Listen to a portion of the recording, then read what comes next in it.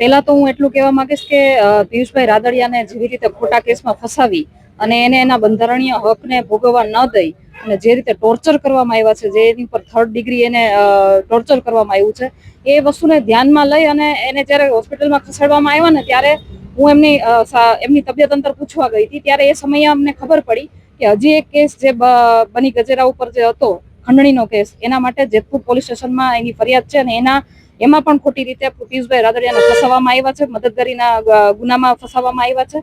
અને જેતપુર પોલીસ સ્ટેશનેથી પિયુષભાઈ રાદડિયાને ફોન આવ્યો કે તમે કાલની તારીખમાં અહીંયા આવી જાઓ, તમારા જામીન આપણે મંજૂર કરી દઈએ અને પ્રોસેસ બધી પતાવી દઈએ. એટલે પિયુષભાઈએ જ્યારે ડોક્ટર સાથે વાત કરી એટલે ડોક્ટરે એવું કીધું કે ભાઈ તમારી તબિયત અત્યારે એટલી સારી છે કે તમે નિવેદન આપી શકો, પણ કંઈ પણ થાય તો તમારે તાત્કાલિક અહીંયા હોસ્પિટલમાં એડમિટ થઈ જવું પડશે અને રેગ્યુલર તપાસ માટે પણ આવવું પડશે.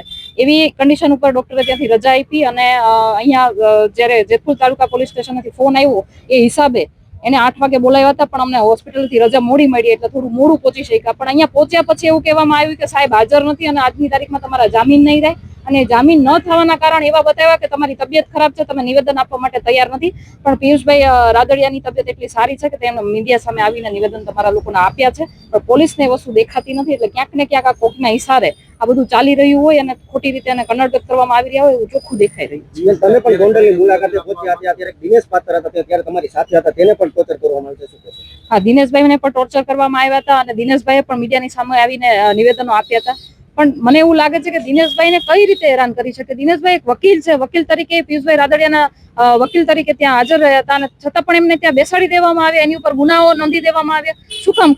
ખાલી ને ખાલી એટલા માટે કારણ કે એ લોકો અમે જ્યારે ગોંડલની મુલાકાતે ગયા હતા ત્યારે એ લોકોએ અમને સમર્થન આપ્યું હતું. તો એ ચોખ્ખું દેખાઈ રહ્યું છે કે જે લોકો અમને સમર્થન આપી રહ્યા છે એ લોકો એવા નાના માણસોને એવા લોકોને ટોર્ચર કરી અને એને માનસિક એનો મનોબળ તોડવામાં આવી રહ્યું છે. અને આ તદ્દન ખોટી વસ્તુ છે, કારણ કે કોઈ પણ પોલીસ પ્રોસિજર હોય એ કાયદાની રૂમાં રહીને થાય. કાયદાકીય પ્રોસિજર થતી હોય તો અમને કોઈ વાંધો જ નથી, પણ કાયદાની બહાર જઈ અને પોલીસ તંત્ર પણ એક કહેવાય ને કોઈને ફોલો કરી રહી હોય, કોઈના કેવા પ્રમાણે ચાલી રહી હોય ને એવું ચોક્કસપણે લાગી રહ્યું છે. મિત્રો, આવા જ વિડીયો અને શોર્ટ્સ જોવા માટે આજે જ અમારી ન્યૂઝ રૂમ યુટ્યુબ ચેનલને સબસ્ક્રાઇબ કરો.